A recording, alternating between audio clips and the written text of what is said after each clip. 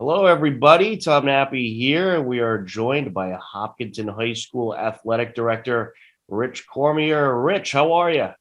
I'm doing well, Tom. How are you? I can't complain. Looking forward to the spring season, although we're certainly hoping the weather gets a bit better than it has been the last few days. Absolutely. It's been pretty cold out there for our teams, that's for sure.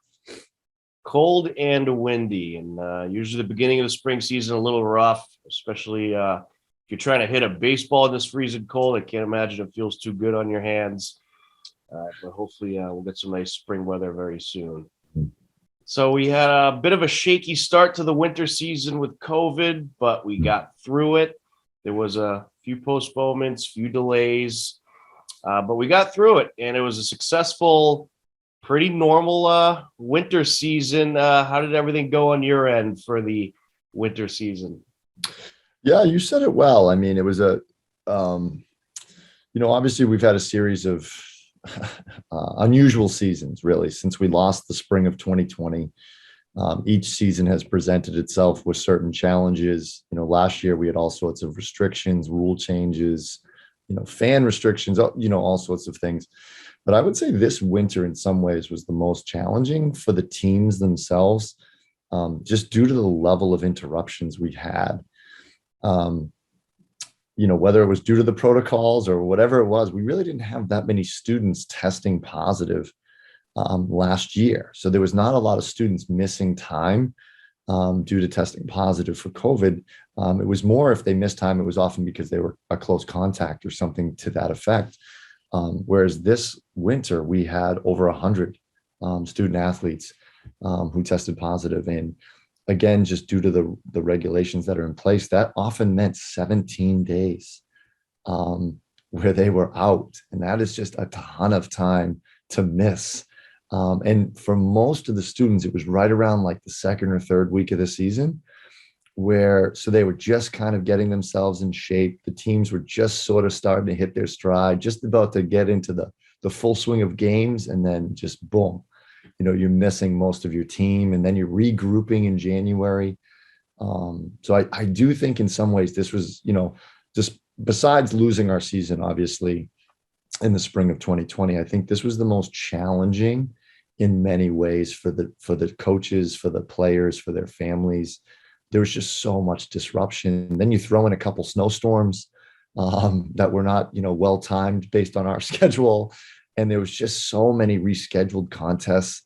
So I think it was hard for teams to get into any sort of rhythm or groove. But despite that, we were able to play all of our contests. We were able to finish our seasons. We had, quite a few teams make the tournament. We had a lot of individual success as well in sports such as track and field and wrestling. So, all in all, it was still a great season and a successful season, but it was certainly very, very challenging, I think, for everyone involved. Yeah, there were certainly a lot of successful runs in that winter season. And I have to ask, did Kate Powers break any kind of record for awards? It seems like every week she was winning some kind of huge track and field awards. What Kate has accomplished is beyond impressive. She's such a great kid, and she just works so hard. Um, it truly is impressive to watch her to win a team state championship and be a leader on that team in the fall, and then to see the individual accolades that she earned throughout the winter season, including, she was another individual state champion. She won the Milrose Games, which has been around for over 100 years in New York. She's an All-American. I mean, just amazing. She also, during the season, committed to the University of Kentucky to continue her track and field career. And now we're going to get to watch her again in the spring. I have quite a bit of updating to do to our track record boards, but I'm just going to wait until Kate graduates, and then I'll I'll update the board. I have a feeling she'll be dominating a lot of the top of that board. Mm-hmm. So how was it on your end with all this rescheduling and stuff? It must have been pretty crazy for you. Yeah, I mean, it was busy. It was. Winter again presents certain challenges because most of our contests are not at our facilities. We were very fortunate that we didn't lose any track meets because that would have been really difficult Reggie Lewis Center was very tight on times, as was Wheaton College. So thankfully, we did not lose any track meets because we may have lost them. We may not have been able to reschedule them. But with ice hockey and swimming, and some of our events that are off-site, it does present challenges because you're bound by the facility. But again, thankfully, everyone was able to accommodate us. We were able to get everything in and complete our seasons, which I think is really impressive. I have to congratulate you for successfully getting everything in. I know it wasn't easy. This past winter, the Hiller girls basketball team had a nice little playoff run. They almost took down Chelmsford, and we weren't at that game, but I was watching their broadcast of it, and I believe you were. Mm-hmm. And it seems like the atmosphere there was absolutely crazy, and what ended just on the short side for the Hillers, but what a game it was, what an ending. It must have been nice for some of these postseason games to, first off, have no masks, but a full slate of fans and the atmosphere that we're used to in the postseason. Yeah, I mean, honestly, it was really exciting. I mean, we saw a bit of that this fall, obviously, with our volleyball team, despite having to wear masks through that playoff run. But it was a great atmosphere up in Chelmsford. I was really impressed by how many of our students made the trip up to Chelmsford. Chelmsford had a great student section. They really did. It was packed. It was a great atmosphere. It was a great game. So many great moments. I mean, Kiki Fossbender hit a half quarter to end the first half. I mean, and then the way they won, you got to hand it to Chelmsford. They hit the big shot with 2.5 seconds left, and obviously that was devastating for our girls. But what an unbelievable game they played. Seriously, from the very beginning to the very end, it was a lot of excitement to watch. Just devastating to see how it ended, and certainly for our senior girls. But they played their hearts out. It was really fun to watch. They certainly did. And they overcame a lot of adversity as the season went on, between starting late because of COVID and having numerous games moved. And to make a postseason run like that, I think it's pretty impressive. And I think they're a great example of that, Tom. They were shut down for quite some time. They didn't play their first game until after January. So they played 20 games, in a very condensed period of time. And then even within that time, they had other games moved due to weather. Some of our opponents who ran into some COVID issues as well. So there were some stretches there where they were playing 4 games a week. They had some injuries on their team that they had to navigate throughout the season as well, including one of our senior captains, who battled a shoulder injury all year long. So, I mean, that team really did battle through a lot of adversity, and to see how they performed against the number 8 seed in that tournament was really, really cool. Absolutely. They're certainly fun to watch throughout the winter. So we have spring season coming up. It's already pretty much started. The practices and tryouts are going on right now. How's everything coming together for the spring season? All the fields ready to go? I know it must have been a little difficult prepping some of the grass fields with this weather that we've had recently. Yeah. So, in some senses, I can't remember, to be honest with you, the last time, I used to coach in the spring season too before I became an athletic director. And I can't remember the last time we were outside on the first day of the spring season, not including last year, since that was in April. But to be outside on the fields in the third week in March was pretty nice, to have some nice weather. Of course, then it rained towards the end of the week, and now we're freezing out there, which is just, that's just par for the course right now. But the teams are off to great starts. Some are just wrapping up their tryouts. We have a few scrimmages this week to get the teams ready. And then towards the end of the week, we actually start with games. Our girls lacrosse team opens on Thursday. Our boys lacrosse team opens on Friday. And then next week, we really get into the full swing of games, for all of our different teams. So looking forward to it. It'll be nice to get outside. Again, that's one of the, things with the winter season, right? Everything's indoors. So it's kind of nice to be outside on our campus. Everything is on our campus too. All of our home contests are played right here. You can walk out there any afternoon and you're just seeing hundreds of student athletes participating. It's pretty fun. Well, last year at this time, we were getting ready for the fall 2 season that they threw in there with football and some of the sports they usually play in the fall. Right. Oh yeah. And just fingers crossed we don't run into like another Mother's Day snowstorm or April Fool's snowstorm or any of those things that have happened in the past. And, we can deal with the cold weather as long as we can keep getting outside. Absolutely. So hopefully it'll be a pretty normal spring season as well. So we've had a couple chances now to see the state playoff format that the MIAA has implemented. Mm-hmm. I've liked the format. I think it's a lot more even with some of the sectionals. I mean, before you had in hockey, for example, Hopkinton in the South with probably 22, 23 other teams. And then you had the Central with 6, 8 teams. So I like the fact that it's more even. What are your thoughts about the state playoff format? And how's it worked out for you, the couple of instances that you've had teams that you've had to work with in the postseason? Yeah, I mean, I think you touched on it, Tom. I think there's definitely some positives. I think you're getting to the end and you truly have the best teams.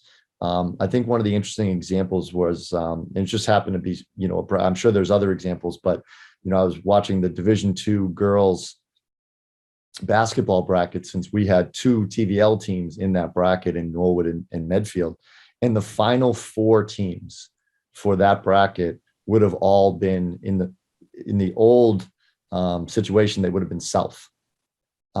If you go back to before Hopkinton and Medfield moved to the Central, right? So you would have had 4 teams from the South that made the final 4. And so I think that's kind of an interesting twist on all this.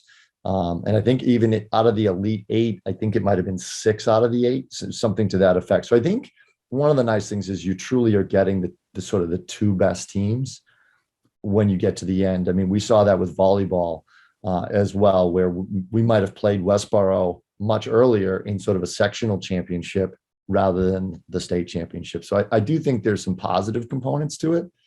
I do think there's some things that need to be tweaked as well. I think the power ranking system is still not, again, in some ways it's working. You're getting really good teams at the end of it, but I think there's a lot of confusion on how it works. If you look at just our own teams that made the tournament this winter, there doesn't seem to be a lot of rhyme and reason. Our highest ranked team was girls basketball, who finished 7-12. Our lowest ranked team was boys basketball, who finished 14-6. And then in the middle was boys hockey, who was 10-10. So I think there's some things that need to tweak in the formula a little bit so that it makes a little bit more sense. We haven't been hit with any really extensive travel either, which I think has impacted some schools. So again, all in all, I think it's trending in the right direction. Personally, I didn't love the idea. I like the old format. I think there's something to those sectional rivalries and those sectional championships, but I think there has been some positives to it as well. So I think with a little bit more tweaking, it could be really, really good for the entire state. But again, I'd be curious how some people feel. There has not been a lot of representation from Central and Western Massachusetts, for example. So I'd be curious how they feel about it. But excuse me, I think all in all, you're seeing some great games down the end of these tournaments, and in the Elite Eights, the Final Fours, and the championship games. You're seeing some really excellent competitions. So I think it is working out.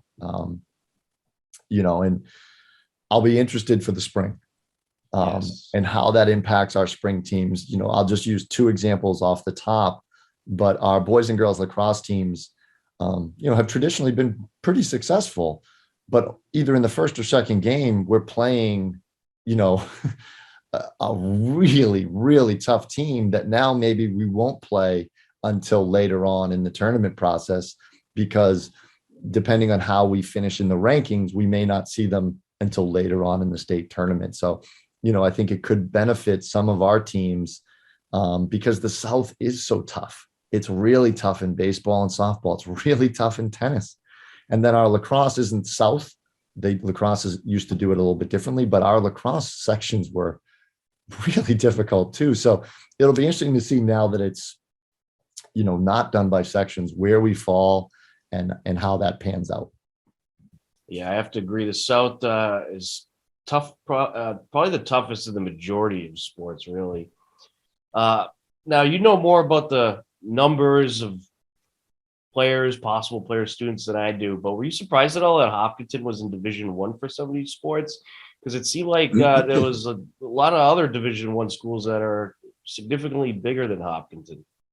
Yeah, so I get a lot of those questions, understandably, mostly from families, because they just don't quite know how the alignments work, and I guess why would they? I don't know why you'd really look into it that much. I don't know how they work. Yeah, so it was a little unfortunately, they have to like draw the line somewhere, right? Like someone's going to be at the bottom of each division in terms of enrollment, and unfortunately, in the case of boys and girls basketball, that's where we fell.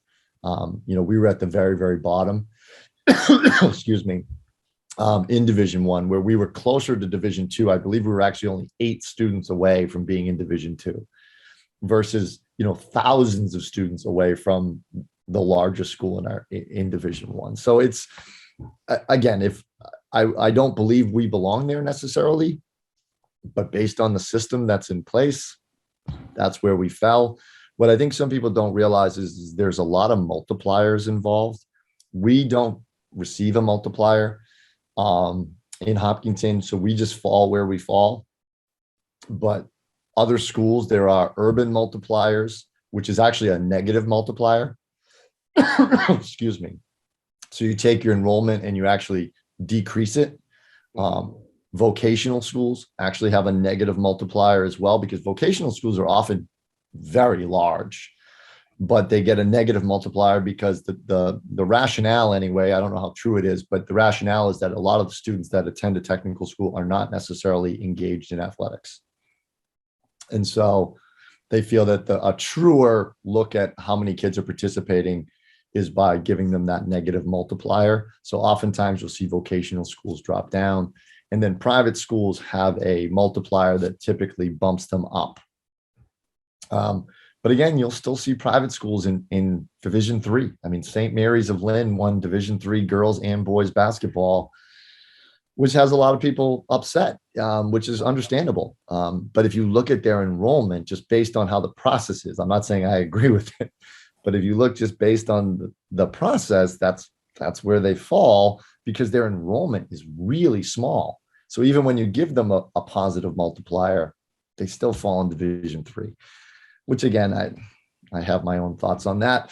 And then there's also the co-op. There's also the co-op piece as well. So you typically move up if you're a co-op, because you're drawing from technically more towns, more schools, which again, I think is a little bit weird. Like, we have a girls ice hockey co-op because we can't field a team. We're not trying to make a super team. We're trying to field a team. And as a result, they bump us up to Division 1. So again, I have certainly issues with some of the processes involved in alignment, but unfortunately, that's where we fell. And there's no appeal process. I shouldn't say that. There is an appeal process, but it can't be based on, you need to have mitigating factors or extenuating circumstances to appeal. I can't just be like, well, we're closer to Division 2, so that's really where we should be. They won't even listen to that kind of an appeal. Yeah, and hopefully that'll be something that's tweaked as we go on. This is really the first full year that we've had the state format, so maybe that's something that they'll tweak. But yeah, I'd anticipate some changes. And one good thing I will say is alignments used to be for 4 years. So you were kind of stuck in that alignment for 4 years. It's now every 2. So there could be a chance, our enrollment seems to be fluctuating a bit. And where we are so close to being on that bubble, we may drop back down in another year. I really am not sure. Absolutely. I guess it'll be a wait and see kind of thing, but that is good that it's every 2 years that they're doing this, because I feel like there certainly will be some adjustments made. But I definitely have my thoughts on the private schools as well. I feel like they're recruiting; they should be in D1, in my opinion. So yeah, it's just not a level playing field. I mean, at the end of the day, it's just it's not the same when you're drawing just from Hopkinton versus drawing from multiple communities. And I think it was a little bit exacerbated in this particular, again, if you look at some of the final scores, in some of these tournament games. Norwood boys had a great season, made the state championship, and they lost by 55 points. 55 points in the state championship game. That seems a little unusual, but again, that's where we're at. So, well, hopefully that's the kind of stuff they'll look at and maybe say, hey, we have to do something different here, because this certainly is a competitive advantage where you have some of these private schools drawing from a lot of towns and drawing based on athletes, really. In some correct. cases. So you had a couple of divers that had a great winter season as well. Just wanted to get your comments about them. Tess and Eve Weatherhead. What a great season they had. They're tremendous. Just great kids. And again, they put in so much work behind the scenes. And, I don't think, unfortunately you don't get huge crowds at our swimming and diving meets. But when you go to those meets and you see some of the kids dive, and then you see Eve and Tess dive, it's almost like two different sports. The dives that they're doing and what I see them do, I am like just so amazed that they're able to contort their body and then still land smoothly into the water. It really is impressive. It's a testament to how hard they work. It's awesome that they're sisters. They both finished 1-2 in diving at the TVL meet. And then they both did exceptionally well in the 2 postseason meets as well. And again, I can only imagine how nerve-wracking that is, right? I mean, you're up there on the board, everyone's watching you. You're literally and figuratively being judged on what you're about to do. It is a lot of pressure. And they just performed so well. And Tess is going on to dive at the University of Richmond. And, if Eve wants to, I'm sure that's in her future as well. She's only a sophomore. So, we have 2 more years of watching Eve compete, which is awesome. So it was a great winter season. Truly, we had some really impressive individual performances as well as team performances. Absolutely. And speaking of impressive individual performances, your Hillers of the Month were Morgan Frazier and Justin Sokol. And Justin won a wrestling state championship. Could you talk about Morgan and Justin? Yeah, absolutely. So Justin really came on strong at the end of the season. He had a good season, and then he really took off towards the end of the year for us at the sectional meet, then at the state meet, the all-state meet, and then I believe he was only the 6th Hiller ever to compete at New England's, where he was able to win 1 match there as well. He was a finalist, coming in 2nd place. Again, just another kid that works so hard. So it's just great to see that come to fruition for him. He's only a junior. He also plays football for us. So, we're looking forward to a big senior year from Justin. And then Morgan, I think flies under the radar. Our girls hockey team, because it's a co-op, I don't think gets the support that some of our other teams do. We only have 6 girls from Hopkinton on the team. And I have to say, Morgan was really the glue.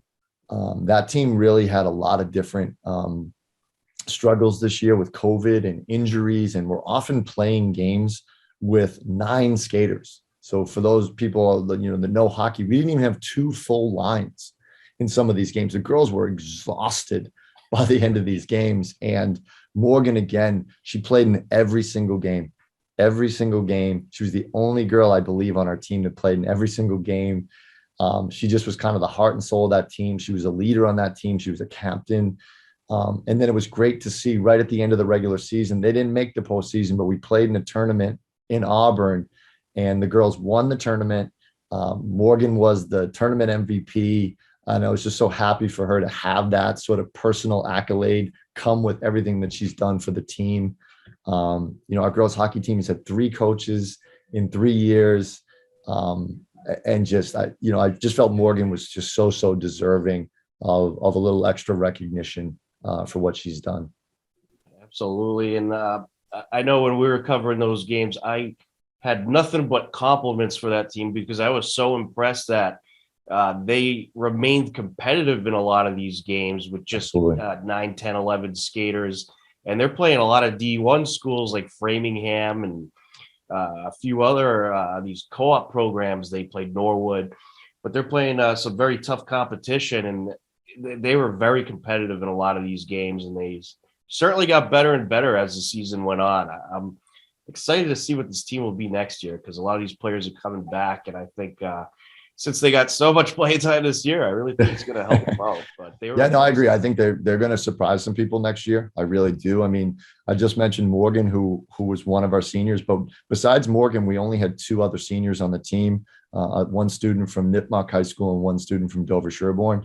So the overwhelming majority of the team is back. And I think we're also starting to see a little bit more interest at the younger levels. So from what I'm being told, I know we have some freshmen coming in, that are pretty good players. So I do think we might start to surprise some people in the coming years. And next year we have a very strong senior group for girls hockey. So I'm excited for them. I think it's going to be a really positive experience. Absolutely. Well, our first regular season game of the spring is this Friday. Boys lacrosse, turf field all ready to go. Oh yeah, so turf's easy. Turf's ready to go. Turf's ready to go. Some of our other fields still need some work, and it's hard to work on fields because they're literally frozen right now. Like you cannot do much to a baseball or softball field right now, which is unfortunate. But lacrosse will be ready to go. Yeah, our girls travel to Westwood on Thursday, and then our home opener is the boys on Friday, which will be exciting to be. It'll be our first March spring game since 2019. So that'll be pretty cool. Well, we're certainly looking forward to it. And of course, we will be there for as many games as we possibly can. Our plan is to cover all the varsity home games and possibly more. We'll see what happens. Right. But Rich, thanks so much. We're looking forward to the spring, and we'll certainly be chatting again soon. Absolutely. Thank you. And thanks again to you and everybody at HCAM. It's been so awesome having all these games streamed. We still get so many compliments, even though we don't have fan restrictions. It's just so nice for people to have that alternative. Grandparents in other states, aunts, uncles, people are able to watch their nephews and grandkids play. And even if parents away on work, whatever, just having that ability has been unbelievable. So thank you guys very much. Well, we love doing it. And, especially during the spring season, it's good because you have a lot of those games at 3:45. So exactly. A lot of people watch them at work, but we love doing it, and we're certainly going to keep doing it. Thanks so much, Rich. All right. Thanks, Tom.